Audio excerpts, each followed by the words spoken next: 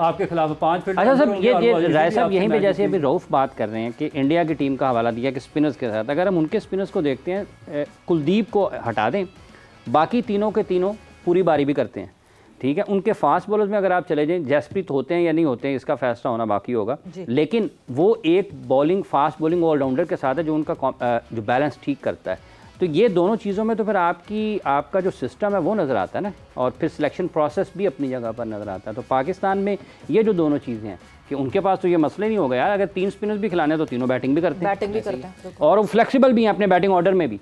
और जी बहुत इंडिया के केस में आप ये देखें ना कि कंसिस्टेंटली उनकी वाइट बॉल मेगा टूर्नामेंट्स में परफॉर्मेंसेस आती नज़र आ रही हैं। वो 2011 में वर्ल्ड कप जीते, 2013 में चैंपियंस ट्रॉफी जीते, देन 2015 में सेमीफाइनल खेला, चैंपियंस ट्रॉफी का फाइनल खेला, 2019 में सेमीफाइनल खेला, 2023 में उन्होंने फाइनल खेला।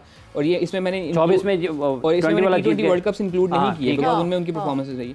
तो अब यह एक चीज़ हमें कंसिस्टेंटली नज़र आ रही है, वो तभी आ रही है कि ए उनके पास टैलेंट पूल है, बी उनको अपना टैलेंट यूज़ करना आ रहा है। हमारे केस में शायद दोनों ही नहीं है, या टैलेंट उस लेवल का नहीं है, अगर है तो हमें वो यूज़ नहीं करना आ रहा उस तरह से।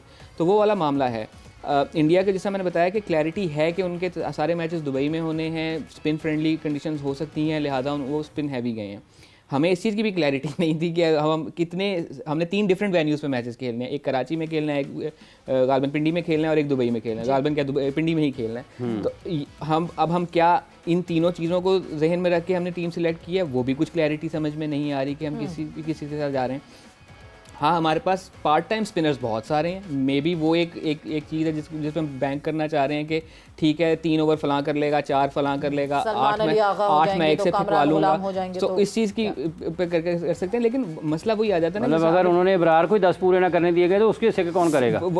मेरे से कोई यही पूछ रहा था ना कि मजाक में बात चल रही थी कि 50 ओवर बैटिंग कौन करेगा, तो मैंने मजाक में ही कहा अल्लाह करेगा ऐसा ना हो, मैं कहा दूसरी टीम दूसरी टीम करेगी। नहीं, आई होप कि ऐसा अल्लाह ना करे ऐसा हो। हमने ये देखा कि 50 ओवर खेलना भी पाकिस्तान टीम को मुश्किल हो गए थे, हमें वर्ल्ड कप में भी ये मसाइल पेश आए, और अब बाबर को ओपन करवाना, do you agree with this decision कि ये एक अच्छा डिसीजन है कि हम जिस अपने बैटर को हाईएस्ट रेट करते हैं, रैंक करते हैं, उसको सबसे ज़्यादा ऑप्शंस मिले खेलने के और सबसे ज़्यादा जो है ओवर्स मिले फेस करने के।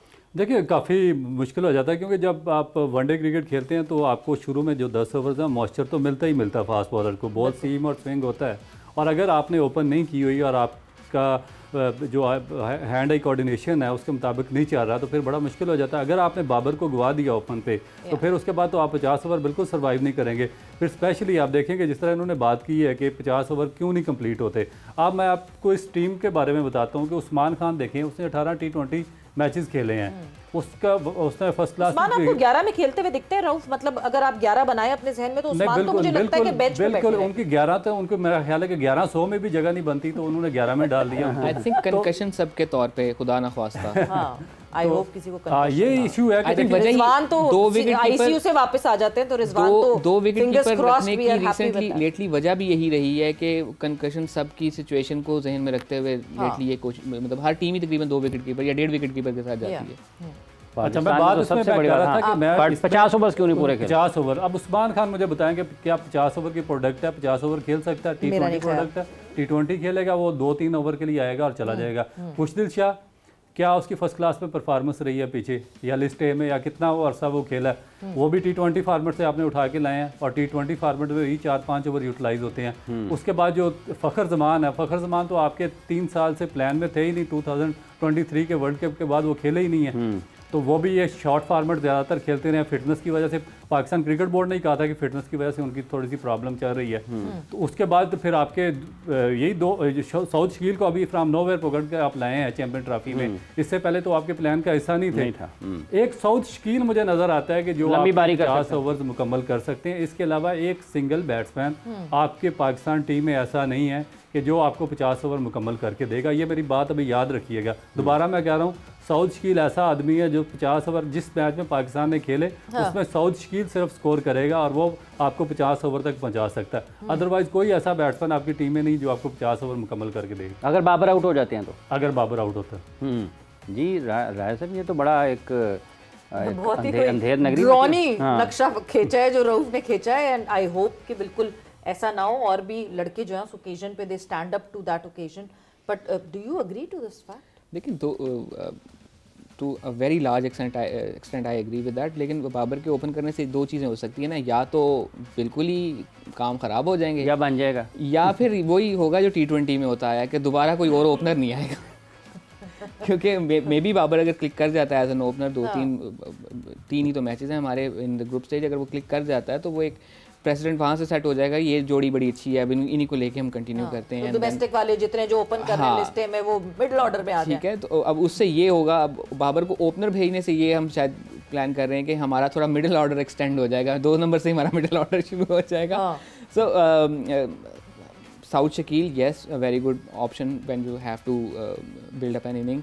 वहीं पे अगर हम देखें तो यहाँ पर थोड़ा सा ये देखने को मिला है कि कुछ हद तक डोमेस्टिक के परफॉर्मर्स को थोड़ा सा इनाम भी दिए गए। तैयब ताहिर फ्रीक्वेंटली स्कोर करते हुए आ रहे हैं वनडे क्रिकेट में, डोमेस्टिक क्रिकेट में।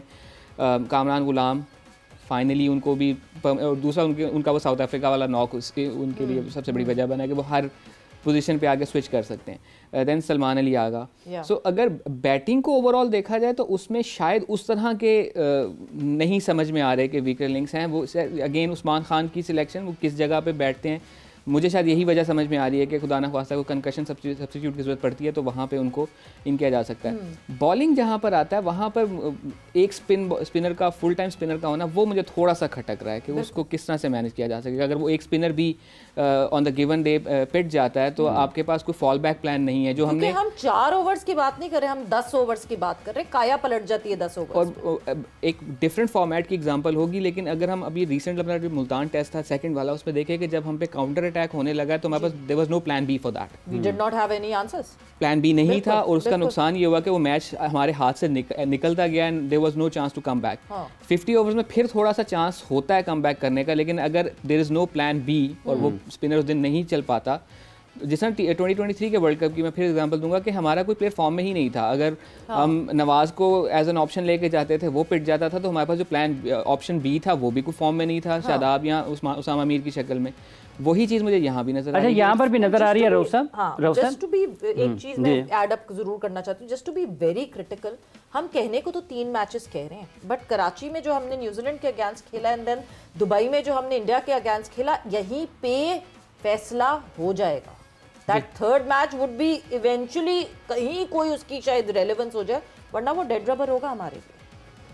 बिल्कुल होगा। और मुझे जो न्यूजीलैंड का पहला मैच है बहुत ही सीरियस वो नज़र आ रहा है, क्योंकि उनकी टीम बहुत ज़्यादा बैलेंस है न्यूजीलैंड की। अगर आप दोनों टीमों को कंपेयर करें, आप देखें कि अभी तक आपसे अपने ओपनिंग स्लॉट एडजस्ट नहीं हुई कौन करनी है। तो उनके पास तो टॉम लेथम और कॉनवे के 2 बेस्ट ओपनर हैं। फिर अगर उनका मिडिल ऑर्डर देखें, चले सम हवा बाबर आजम और विलियमसन को मैनेज कर सकते हैं।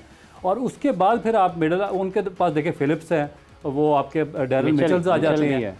क्या आप सलमान आगा डैरन मिचेल को कंपेयर कर सकते हैं? उस्मान खान को आप चैपमैन के साथ कंपेयर कर सकते हैं या खुशदिल के साथ कर सकते हैं? ब्रेसवेल भी, या जो ब्रेसवेल हैं ये उनके साथ आप पाकिस्तान के कामरान गुलाम को कर सकते हैं, कंपेयर कर सकते हैं। फिर जब अगर स्पिनर्स आएँ तो उनके पास सेंटनर जैसा टॉप क्लास स्पिनर है, जिससे सब कॉन्टिनेंट में अपना साबित किया हुआ, प्रूव किया हुआ अपने आप को। पाकिस्तान के पास कोई एक इस तरह का एक्सेप्शनल स्पिनर नहीं है। ब्रेसवेल आउटस्टैंडिंग बॉलिंग करता है। फिर जो उनके बॉलर्स हैं, ठीक है, आपका बॉलरिंग आप कह सकते हैं कि इक्वल हैं, उनके पास भी अच्छे बॉलर्स हैं, हमारे पास भी अच्छे बॉलर्स हैं, मगर मुझे ये कहने में कोई हर्ज नहीं है कि न्यूजीलैंड हमसे फार बेटर बैटिंग लाइन है और उनको हमसे एज डेफिनेट होगा। और एक और एज उनको जल्दी से बताएं लास्ट में, एक और एज उनको ये भी होगा कि वो लगातार गुज़श्ता 2 सालों से पाकिस्तान में आके इसी मौसम में वाइट बॉल क्रिकेट खेलते हुए आए हैं, तो उनको कंडीशंस की भी know how as compared to other teams ज़्यादा होगी। बिल्कुल, कंडीशंस के भी इश्यूज नहीं होंगे, टीम ऑन पेपर स्ट्रॉन्ग लगती है, but at the end of the day Hafeez sahab, हमेशा when we talk about Pakistan team, हमारे जहन में कहीं ना कहीं होता है कि हम कर गुजरेंगे, हम कर लेंगे, और यही अनप्रेडिक्टेबिलिटी फैक्टर को हम जो है we wear it on our chest और कुछ कर गुजरेंगे। देखते हैं कि टीम क्या कर गुजरती है।